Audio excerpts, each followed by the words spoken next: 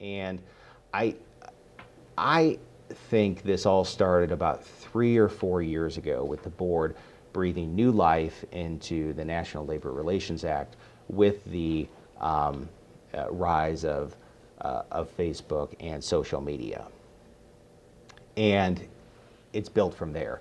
Now you have the board being very aggressive and looking at your organization's employee handbooks, and they will find an independent unfair labor practice based on the language of your employee handbook, even if no one's really complained about that, even if no one has been harmed directly by that. They'll look at your employee handbook and they'll find you violated the law just based on the language there. And as I said, they're being very aggressive. So a policy that I used to see pretty common about 10 years ago is, keep all personnel matters confidential. Please don't talk about your wages or bonuses or raises with your coworkers. Well, why does the employer want to do that? Well, to avoid resentment and jealousy and negative stuff in the workplace.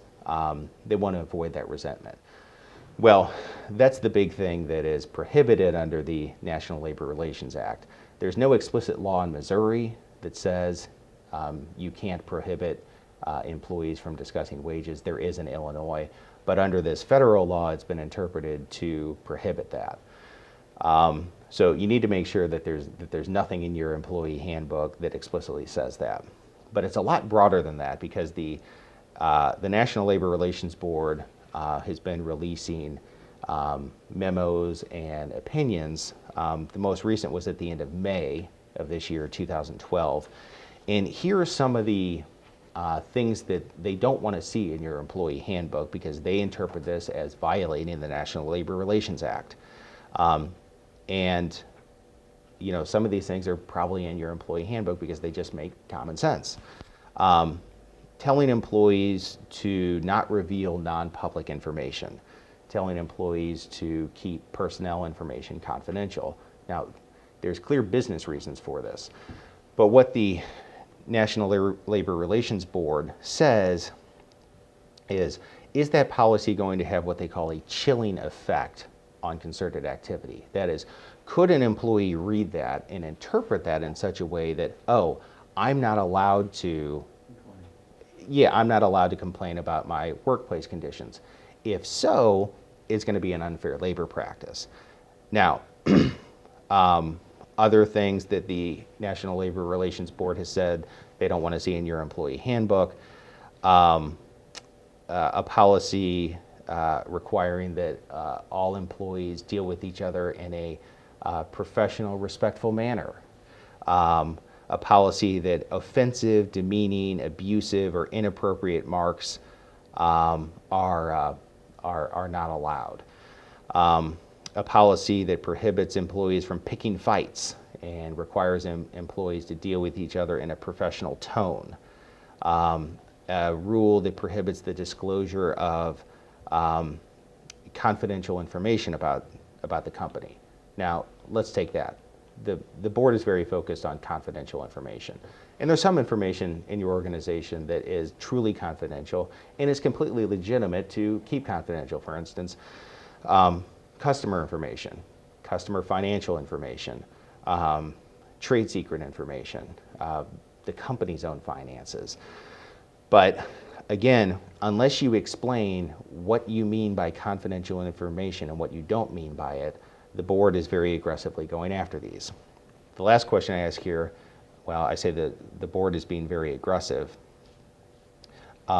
Is a savings clause enough? That is to say, is it enough to say at the end, look, nothing here should be interpreted to limit or discourage employees from discussing workplace conditions. Nothing here should be interpreted to limit or take away any employee's rights under the National Labor Relations Act. We have no problem with you doing that. Is that going to be enough? And the answer is not anymore. A few years ago, in my experience, that was enough. If you had all this and then you explained at the end, look, let's be reasonable. Here's what we're talking about. Here's what we're not talking about. You had the savings clause at the end. The board was going to say, okay, we're fine with that. Now, not so. They want you to go through and explain exactly what you mean and exactly what you don't mean. And in my opinion, you should have the savings clause at the end, but that's not going to be enough. You need to be very clear about what you're talking about and what you're not. The reason that they don't want you prohibiting, unprofessional, abusive, rude language is that just because you're rude, just because you use four-letter words, just because you're abrupt, just because you're a little unprofessional, that doesn't lose the protection of the act. It's not a complete free-for-all. The act uses the word opprobrious. If your conduct or language rises to the level such that it's opprobrious, which means truly hateful and just beyond the pale and over the top, then you're going to lose protection under the act. But peppering your language with some four-letter words, that's not going to lose protection. Is that professional? Well, no, it's not professional. It's not professional to talk to your manager or about your manager with four-letter words and curse words. But that doesn't lose the protection under the act. That's why the board doesn't want to see those prohibitions in your employee handbook. Certainly, you can continue to require people to be professional, use professional tones and patience with customers. We're just talking about internal workplace communications and communications about workplace conditions. So the National Labor Relations Board is being very aggressive here. Just last week, they came out with an opinion that in HR investigations, probably one of the things you do is you tell the person either at the beginning and or the end, let's keep things confidential here. Let's keep this under wraps. We're doing our job. We're trying to get to the bottom of it. And please don't talk about this with other people. One of the reasons is because you want to protect the confidentiality and sensitivity of what's being investigated. The other thing is, from an investigation standpoint, you don't want the person to taint other witnesses. You want to talk to the witness fresh without the person having heard all kinds of gossip.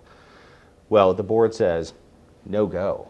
Do not tell people that these workplace investigations are confidential. So basically, what's being held as a sacrosanct notion is that employees are entitled to know about workplace conditions and to complain about them and try to improve them within the organization.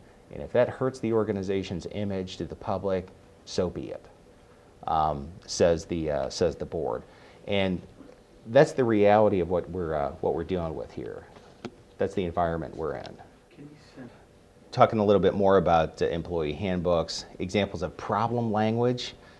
Do not discuss wages with fellow employees. Maintain a professional, positive attitude. Do not do anything to tarnish our image. Well, that's a good example of the board saying that has a chilling effect, because certainly it's going to tarnish the image of the company you work for by getting on Facebook and posting to your 800 friends, I cannot effing believe I got a 1% raise this year. I worked too hard. I should have gotten a higher raise. What is wrong with these people? Well, that's going to tarnish the image of your employer, but that's protected concerted activity. Assuming you're not just speaking on behalf of yourself. If you said something about, I and everyone else in my department only got a 1% raise, then it's going to be protected concerted activity. Speak respectfully to your coworkers. Well, that's good common sense advice, but that's something the board does not want to see. As I said, is a disclaimer enough at the end? Not anymore. In my experience a few years ago, it was, but not anymore. One other little footnote, FTC requirement. There's a FTC requirement that requires employees of your organization to identify their affiliation with your company before they endorse the company's products or services online.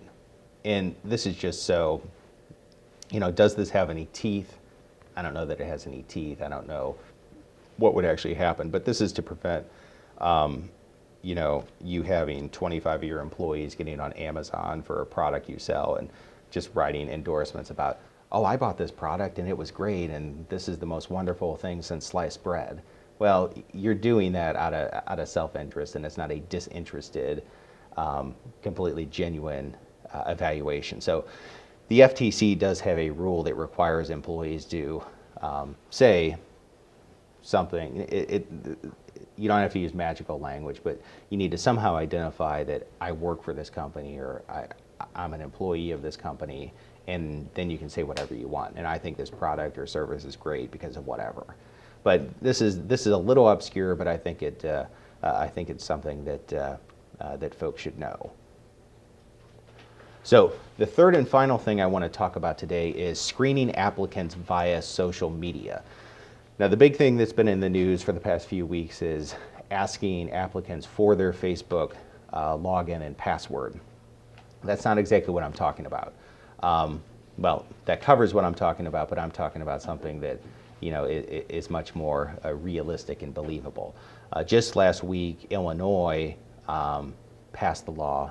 Governor Quinn in Illinois signed into law the bill making Illinois the second or third state to explicitly prohibit asking for employees and applicants passwords. But what I'm talking about here is when you get a resume in, when you have a telephone interview with someone, before you make the hiring decision, at some point in that recruitment process, should you or can you Google the person? Can you Google them? Can you check out their Facebook site?